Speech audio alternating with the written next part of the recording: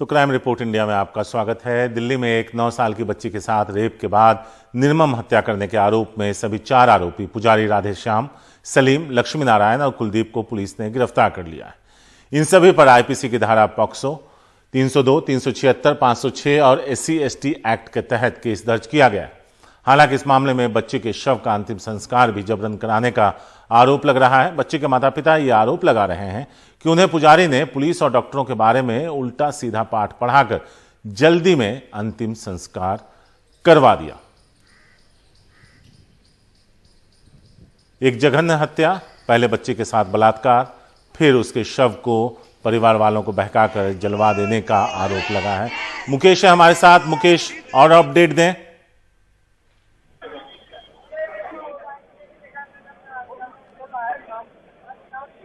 मुकेश, आवाज आ रही है आपको? आवाज आ रही है। मुकेश, ये इस पुजारी ने किस तरह से इस वारदात को अंजाम दिया? क्या ये चारों बलात्कार और हत्या में शामिल थे या फिर बाद में उसकी मदद करते नजर आए? देखिए, जो बच्ची के घर वाले हैं उनका एलिगेशन ये है कि बच्ची जो शमशान घाट का वाटर कूलर है वहां पर पानी लेने गई थी रविवार को शाम को 5:30 बजे। उसके बाद करीब 6:30 बजे पुजारी ने खुद बच्ची के माँ बाप को बुलाया और ये कहा कि बच्ची को करंट लग गया है वाटर कूलर से और उसकी डेथ हो गई है। और पुजारी ने ही इस बात का दबाव बनाया कि अगर आप पुलिस में कॉल करेंगे या पोस्टमार्टम कराएंगे तो पुलिस वाले बच्ची की अंग निकाल लेंगे। और आरोप ये है कि जबरन बच्ची का जो है अंतिम संस्कार कर दिया गया। उसके बाद कुछ स्थानीय लोगों ने PCR कॉल किया। रात में 10:30 बजे पुलिस पहुंची और पुलिस ने बच्ची का अर्ध जला शव बरामद किया और वो शव पोस्टमार्टम के लिए भेज दिया गया है। मौके पर फॉरेंसिक एक्सपर्ट आए हैं जिन्होंने पूरे मामले की जांच की है। इसके बाद जो SC/ST कमीशन की टीम है वो भी कल यहाँ पर आई थी और उनकी रिकमेंडेशन के बाद पुलिस ने इस मामले में रेप, हत्या और सबूत मिटाने और SC/ST एक्ट के तहत केस दर्ज किया है। और जो शमशान घाट का पुजारी है उसे गिरफ्तार कर लिया है, जिसका नाम राधेश्याम है। इसके अलावा लक्ष्मी नारायण, कुलदीप और सलीम, ये कुल 4 आरोपी गिरफ्तार हुए हैं। लेकिन परिवार के लोग यहाँ पर धरने पर बैठ गए हैं। जो भीम आर्मी के चीफ हैं चंद्रशेखर, वो भी यहाँ पर आए हैं और उनका कहना यह है कि यहाँ पर जो पुलिस की लापरवाही इस मामले में काफी ज्यादा है और जो दोषी हैं उनके खिलाफ सख्त कार्रवाई हो, इस तरह की बातें उन्होंने कही हैं। तो फिलहाल अभी यहाँ पर काफी ज्यादा लोग जो पंखा रोड है उसको लोगों ने ब्लॉक कर दिया है और लोग यहाँ पर बैठे हैं। लेकिन पुलिस का कहना यह है कि इस मामले में जो भी कार्रवाई है वो कर दी गई है। सभी धाराओं में केस दर्ज किया गया है, आरोपी गिरफ्तार कर लिए गए हैं और आगे पुलिस की जांच जारी है। जी शुक्रिया मुकेश इस पूरी जानकारी के लिए। तो पुलिस ने कार्रवाई की है लेकिन परिवार संतुष्ट नहीं है। दिल्ली के छत्रसाल स्टेडियम में पहलवान सागर धनखड़ की हत्या के मामले में पुलिस की जांच में कई अहम खुलासे सामने आए। दिल्ली पुलिस की जांच में पता चला कि सागर हत्याकांड की जो वजह है उस पर पहले आपको पहली वजह बताते हैं। सुशील की पत्नी के नाम पर फ्लैट था, सागर किराएदार था। पड़ोसियों से सागर का पार्किंग को लेकर झगड़ा हुआ। सुशील ने सागर और सोनू को फ्लैट खाली करने को बोला। सुशील ने अजय को भेजा, सागर और सोनू ने भला बुरा कहा। दूसरी वजह, सागर और सोनू की गैरमौजूदगी में अजय फ्लैट पर गया। फ्लैट के अंदर विदेशी लड़कियों के साथ सोनू की तस्वीरें ली। सोनू को पता चला तो उसने अजय को गालियां दी, धमकाया। सोनू ने कहा फ्लैट खाली कराना है तो सुशील खुद बात करे। तीसरी वजह, सुशील अजय को लेकर सागर सोनू से मिला, समझौता हो गया। सागर और सोनू ने सुशील की बेइज्जती की, देखने की धमकी तक दे डाली। सुशील ने दोनों को सबक सिखाने को ठान लिया। जो चौथी वजह है उस पर आते हैं। पहले हम आपको वो बता दें कि सुशील को लगा कि कुछ जूनियर पहलवान सागर से जुड़ गए हैं। ये लोग सुशील की गतिविधियों की जानकारी लीक कर रहे हैं, इसलिए सुशील ने सबक सिखाने की तैयारी की। हत्या के दिन क्या हुआ यह बताते हैं। 4 से 5 मई को काला सोड़ा गैंग के बदमाशों को सुशील ने बुलाया। पीड़ितों को उनके घर से अगवा कर छत्रसाल स्टेडियम लेकर आए। वहां के गार्डों को भगाकर अंदर से परिसर को बंद कर दिया। सागर और उसके साथियों को फिर जमकर पीटा गया। एक पीड़ित बचकर भागा और 100 नंबर पर पुलिस को बताया। पुलिस ने मौके पर मिले सोनू महाल को अस्पताल पहुंचाया। सोनू महाल गिरफ्तार गैंगस्टर काला जठेड़ी का भांजा है।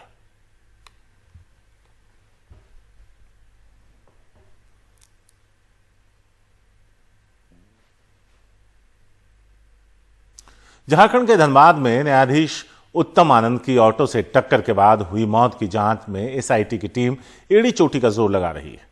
एडीजी संजय आनंद लाटेकर का कह दावा है कि जल्द ही इस मामले की गुत्थी सुलझा ली जाएगी। हालांकि झारखंड सरकार ने इस मामले की जांच को सीबीआई से जांच कराने के लिए सिफारिश कर दी है। इस बीच आरोपी ऑटो चालक और उसके सहयोगी की पुलिस रिमांड खत्म हो जाने के बाद उन्हें जेल भेज दिया गया है और ऑटो के मालिक रामदेव लोहार को हिरासत में लेकर पूछताछ की जा रही है।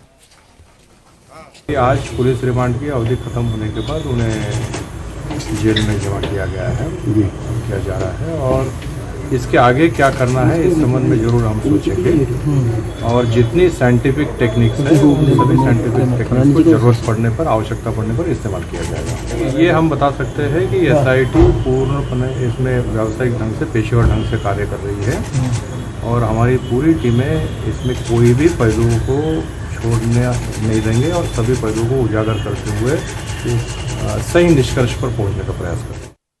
महिला और उसकी नाबालिग बेटी के साथ गैंगरेप के मामले में आरोपी उत्तर प्रदेश के पूर्व मंत्री गायत्री प्रजापति को इलाज में अंतरिम राहत देने से सुप्रीम कोर्ट ने इनकार कर दिया। गायत्री ने सुप्रीम कोर्ट में अर्जी दी थी कि लखनऊ के किंग्स जॉर्ज अस्पताल में उनकी बीमारी के इलाज की सुविधा उपलब्ध नहीं है, लिहाजा उन्हें दिल्ली के एम्स या वेल्लोर में इलाज कराने के लिए 3 महीने की अंतरिम जमानत दी जाए। सुप्रीम कोर्ट ने प्रजापति को इलाहाबाद हाई कोर्ट जाने का निर्देश दिया। तो प्रजापति को एक और झटका लगा। पहले यूपी के हाई कोर्ट ने 2 महीने की अंतिम जमानत दी थी, जिस पर सुप्रीम कोर्ट ने रोक लगा दी थी और कहा था कि जिस तरह से इस मामले में फैसला लिया गया वो सही नहीं था। लखनऊ पुलिस ने आखिरकार उस महिला के खिलाफ एफआईआर दर्ज कर ली जिसने एक कैब ड्राइवर के साथ मारपीट की। महिला ने कैब ड्राइवर पर आरोप लगाया कि उसने उसे कुचलने की कोशिश की। उसके बाद मारपीट के साथ साथ उसने कैब में भी तोड़फोड़ की। जिन लोगों ने उसे बचाने की कोशिश की उसके साथ भी महिला ने मारपीट की। इस घटना का सीसीटीवी फुटेज सोशल मीडिया पर सामने आया। उसके बाद इस लड़की पर एफआईआर दर्ज किया गया।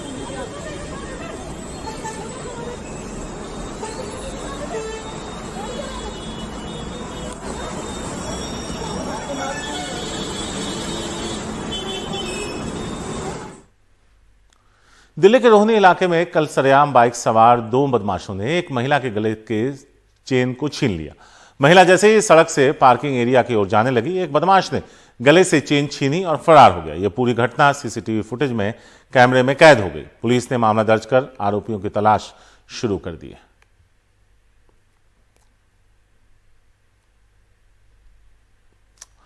और अब वक्त है क्राइम रैप का। चीन के तेंजिंग फॉरेन यूनिवर्सिटी में इंटरनेशनल बिजनेस स्टडीज के भारतीय छात्र अमन नाग सेन की संदेहास्पद मौत मामले में सोमवार को बड़ा खुलासा हुआ। दरअसल चीन में अमन नाग की मौत कोई हादसा नहीं बल्कि उसकी बेरहमी से हत्या की गई थी। इस मामले में 2 लोगों की गिरफ्तारी भी हुई है जो चीन के नागरिक नहीं है। अमन नाग के परिजन अब हत्या के आरोपियों को कड़ी सजा दिलाने की मांग कर रहे हैं। बाहरी दिल्ली पुलिस ने मुंडका इलाके में एक नकली कीटनाशक बनाने वाली फैक्ट्री का भंडाफोड़ करते हुए 2 लोगों को गिरफ्तार किया और भारी मात्रा में नकली कीटनाशक बरामद किया। इस सिलसिले में पुलिस ने मोहनलाल और अमन को गिरफ्तार किया और बाकी 2 आरोपियों की तलाश कर रही है। नोएडा में पुलिस और बदमाशों के बीच हुई मुठभेड़ में एक बदमाश के पैर में गोली लगी जबकि दूसरा बदमाश पुलिस को चकमा देकर फरार हो गया। अब नाकेबंदी कर उसकी तलाश की जा रही है। घायल बदमाश की पहचान इंटरस्टेट वाहन चोर गिरोह गुलफाम के सदस्य शाहरुख के तौर पर हुई है।